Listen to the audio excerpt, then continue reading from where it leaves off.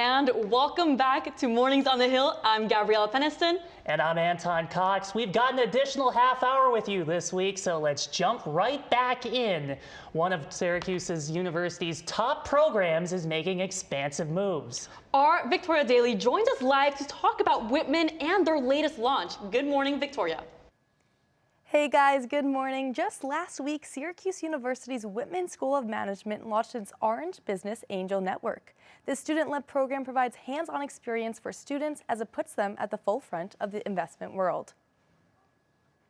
The partnership connects 15 select entrepreneur-driven students with seed funding and mentorship through angel investors.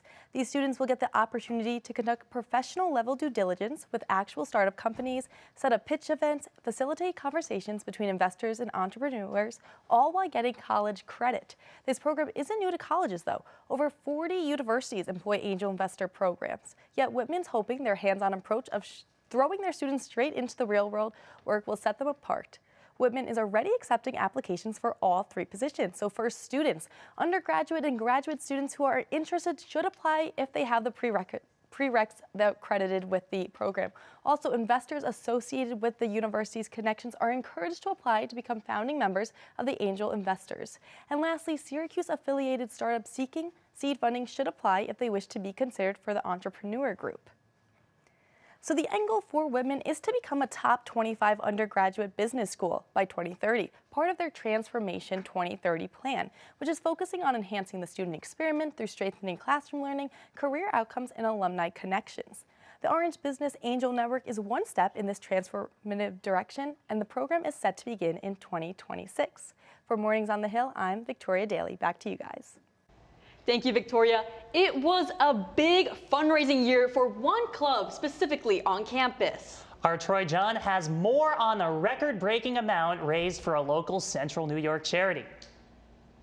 Thanks, guys. Like you said, it was a record-breaking year for the Syracuse Sports Management Club and their yearly auction, which was held formally last week. Former athletes, agents, and travel agencies donate various kinds of memorabilia. People could bid online via the website GiveSmart or at the Syracuse men's basketball game against Monmouth that took place on November 18th. Some of the things that you could bid on include the highest bidded on item, a signed bat from Mets superstar Juan Soto, a signed basketball from SU men's basketball player Kyan Anthony, a signed mini helmet from former SU QB Kyle McCord, and a signed jersey from NFL Hall of Famer Lawrence Taylor. This is the 21st time the club has done this auction. The beneficiary of this year's auction was Golisano Children's Hospital, which serves over 100,000 children and their families annually across 22 counties in the upstate New York area. The proceeds mainly this year benefit the Upstate Pediatric and Adolescent Center here in Syracuse. The final total for this year's auction, $76,000, adding on to the over $770,000 that has been raised throughout the years. As mentioned earlier, the highest item bid on was a Juan Soto signed bat. The top 5 also include a signed bat by Baseball Hall of Famer Hank Aaron, a smart TV, a Joe Montana signed mini helmet, and a Derek Jeter signed baseball. As a result of this success, students are being honored at a ceremony next week on this next Friday. What would you guys bid on personally? I would bid on a Derek Jeter signed baseball. Guys, back to you. Thank you, Troy. Well, honestly, I think I would try to get that basketball signed by Kyan Anthony, honestly. I'm a big basketball fan. That might be a good investment, Gabby. I think it would be good. I think I got to go with the Hank Aaron bat, honestly. It would go nicely with my jersey, not to flex, but it would work pretty nicely. Moving on, New York State is trying to protect the elderly from financial scams in January. The state will launch a partnership with Silverfield, where older adults will be able to send a text, email, or information about any suspicious calls.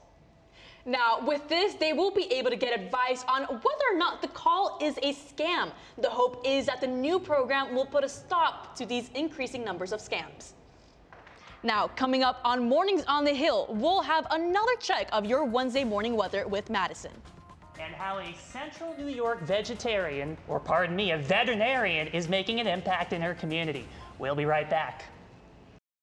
Welcome back to Mornings on the Hill. Now, a local veterinarian is making a big impact in the community. Caitlin Campbell shows us how she is helping the animals and their people. In Adams, New York, it's a routine Melanie Parker's known for more than 40 years. Pressing the ignition and heading down another country road. Yep, pregnant. That's a picture of a 35-day embryo, and you can see a little heartbeat there. But what she calls work might surprise you. A lot of my job is around psychology. I don't know if you picked up on that yet. She's a farm veterinarian. Not a lot in that one. There we go. Who travels directly to her patients. In the first year, I was like, no.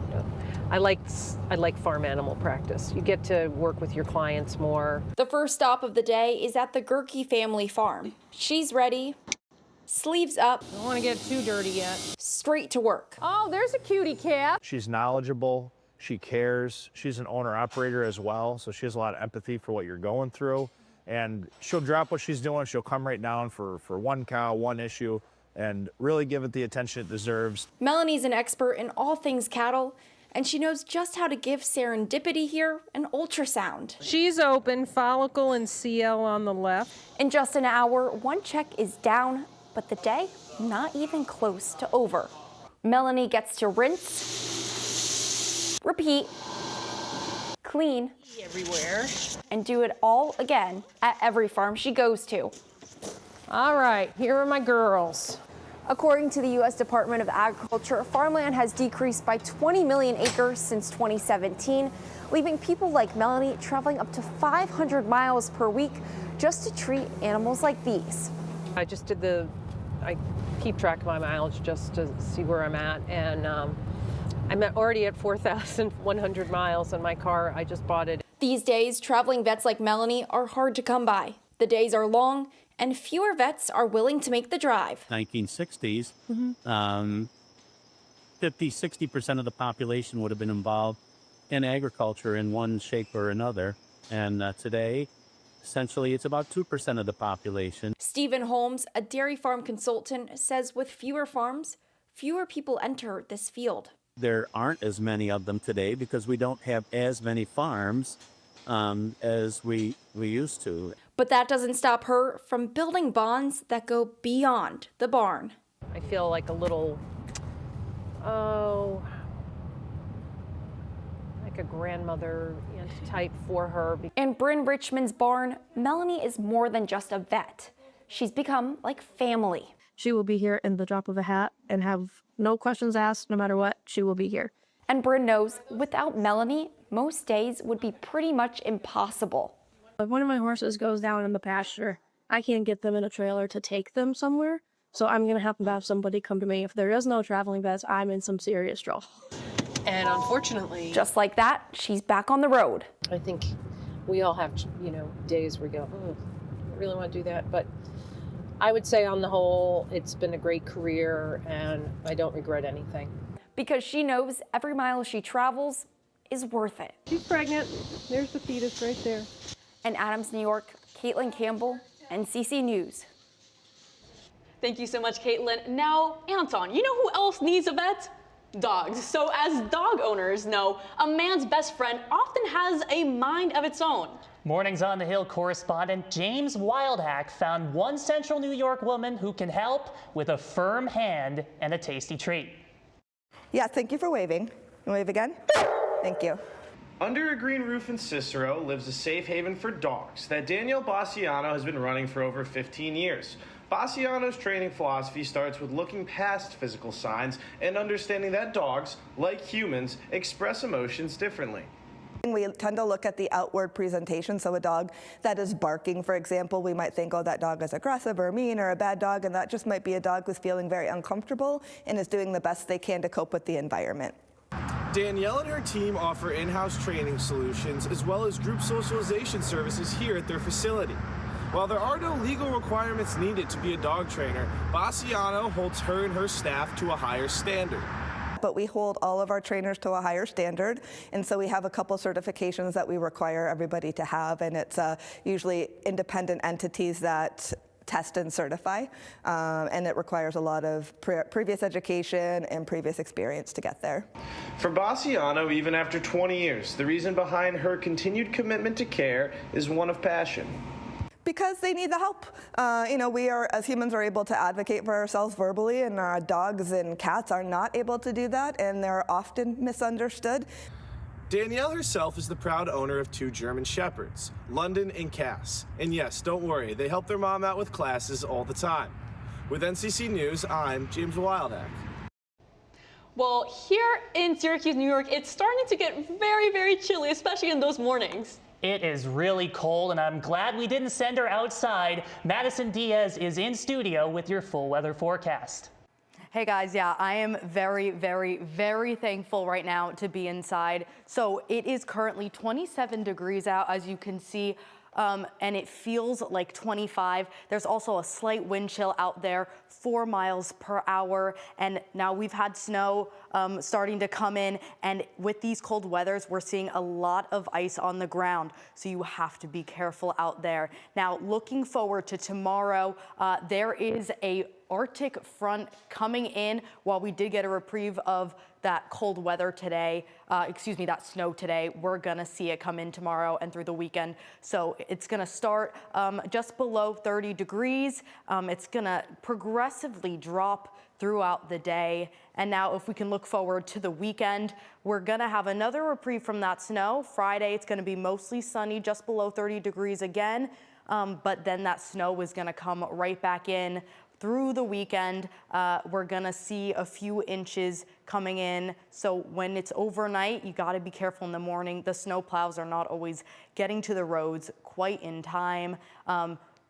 So you just gotta be careful out there. Now looking across the region, we have about the same temperatures overall, that mid to low 20s.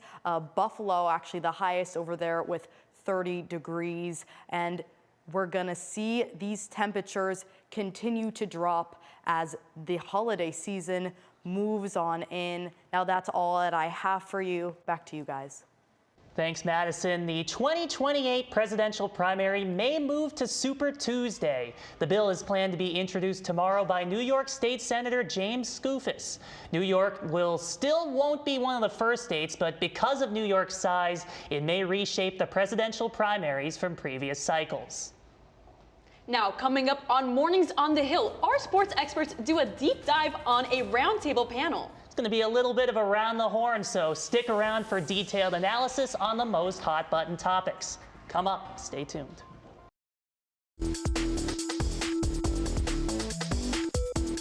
Good morning again. I'm Ryan Story alongside Alex Grondin and Eric McCormick here for some roundtable sports analysis on Mornings on the Hill. I'll be asking questions the experts will answer. We'll start off on the ice.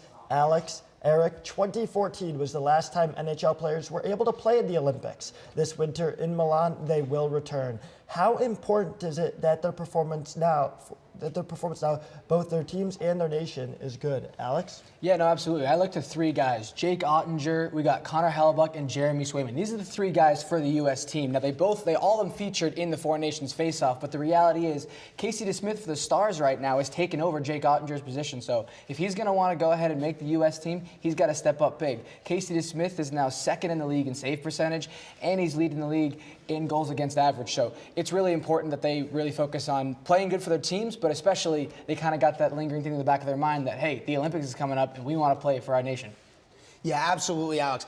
Tough pill for the U.S. to swallow with Hellebuck's injury 2 weeks ago. You know, whether he's out for another 2 weeks or another month, you know, that's going to be tough to figure out. But this defensive unit is definitely going to be the core of how this team hopes to go and win the gold medal at the Olympics. You know, getting Quinn Hughes back, who missed the Four Nations face-off, that's going to be big. So we'll see how far they can go.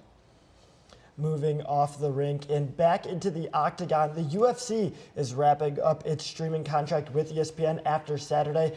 What will the next year look like as fans shift over to Paramount Plus? Eric?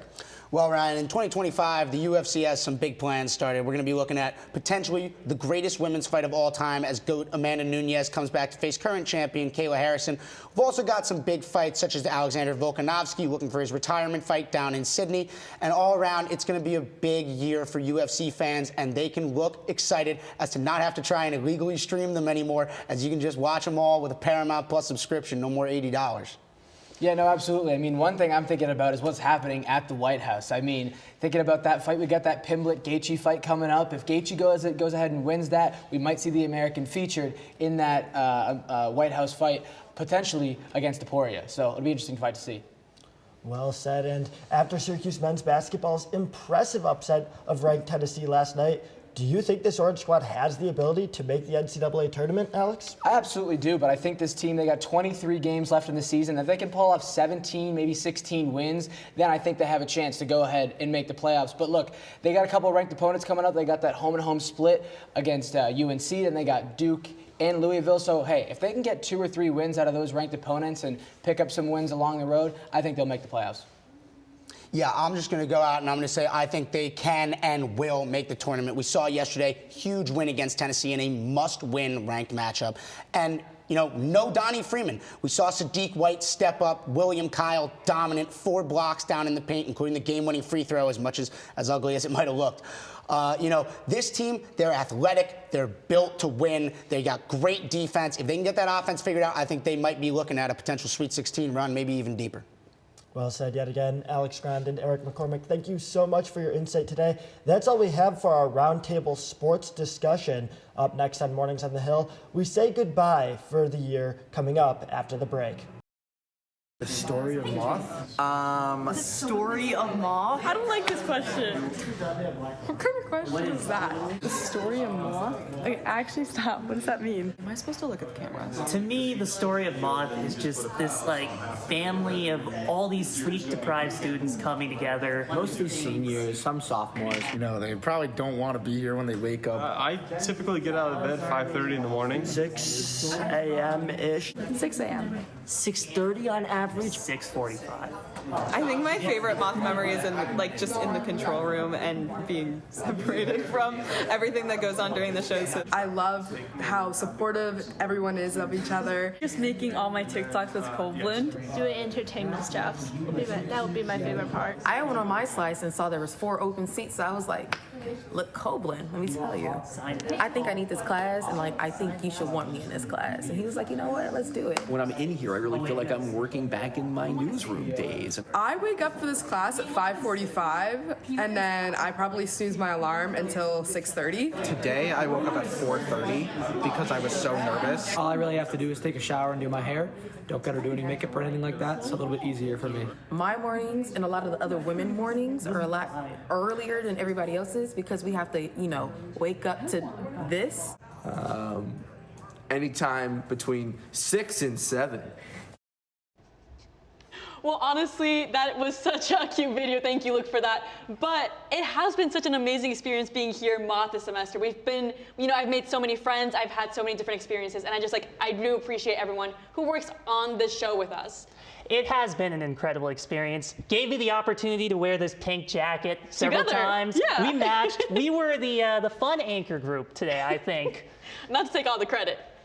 Yeah. I don't think Emma and Brandon are gonna like what we just said. They probably are raging in the control room right now, I think. But, we do want to thank a couple of people on this show. So, of course, this is our last show before 2025, and we just wanted to mention some people who made this possible. Absolutely. You saw Emma and Brandon earlier. They've been in the driver's seat as producers, but we also wanted to thank the whole team. That includes our IAs, Matthew Davison, Desiree Robinson, and Anna Lipidis. You've seen Alec Harashim on air, but he's been just as good in the control room. Of course, Jill Mitchell and Roxanne Nesbatowski have been steady all year. And none of this would be possible without the head honcho behind it all, Keith Copeland. And of course, we have a huge team, so we're just gonna ask our team to join us here. Get here. Let's go! Of course, Holden's the first one to get here. Of course, yeah. Certainly, the show wouldn't have been the same without Holden's weather, but that is going to do it for us this morning on Mornings on the Hill. We're gonna say thank you, everyone. Thank you, Professor Copeland. Professor Copeland's in the back. Make some room for Professor Copeland, everyone. I'm gonna cry, guys. All right, so that's gonna be it for this semester on Mornings on the Hill. Thank you all so much for watching this semester. My name is Gabriella Pettiston. And I'm Anton Cox. We may be off the air, but be sure to stay tapped in on the social media over break. Wonder who's running that. I don't know.